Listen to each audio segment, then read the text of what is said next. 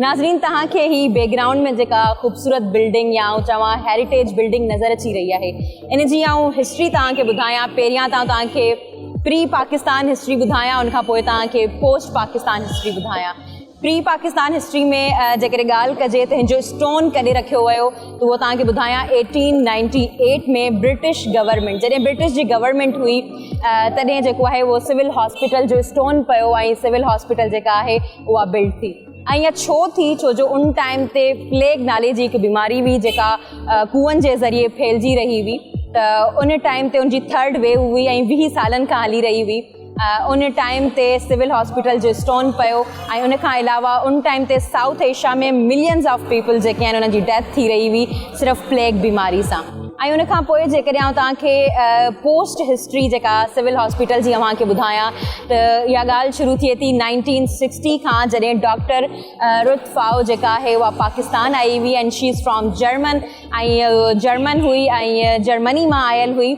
ऐं उन्हनि जेको आहे उहो पाण खे जॾहिं पाकिस्तान में आयूं उन खां पोइ हुननि पाण खे जर्मन पाकिस्तानी सॾायो। ऐं जेकॾहिं उन्हनि जी ख़िदमतुनि ते ॻाल्हायां त मुंहिंजे ख़्याल सां ही प्रोग्राम ही ॾींहुं इलाही घटि आहे, छो जो उन्हनि लिप्रोसी ते तमामु घणो कमु कयो आहे। उन्हनि ऐं सिंध गवर्नमेंट गॾिजी करे लिप्रोसी बीमारी ते तमामु घणो कमु कयो आहे। ऐं 1960 में जेको आहे उहो हिते सेंटर बि क़ाइमु कयो वियो जंहिंमें लिप्रोसी खे ख़तमु करण जो जेतिरियूं कोशिशूं थी सघियूं, काविशूं थी सघियूं सिंध गवर्नमेंट जे ताउन सां ऐं उन खां अलावा डॉक्टर रुथ फाओ जे हिसाब सां।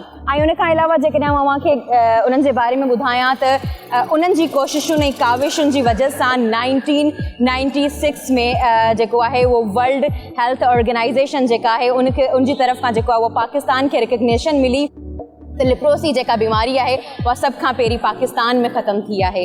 ऐं जॾहिं 2017 में जॾहिं डॉक्टर रुथ फाओ जी डेथ थी वई त पोइ जेके CM आहिनि सैयद मुराद अली शाह उन्हनि हिन सिविल हॉस्पिटल जो नालो जेको आहे उहो उन्हनि जे नाले सां मनसूब कयो। उन्हनि खे हिकिड़ी रिकग्निशन ॾिनी, हिकिड़ो ऑनर ॾिनो ऐं पोइ सिविल हॉस्पिटल जो नालो डॉक्टर रुथ फाओ जे नाले सां मशहूरु थियो। ऐं हाणे जेको आहे उहो सिविल हॉस्पिटल खे doctor Ruth Pfau civil hospital Karachi सॾियो वञे थो।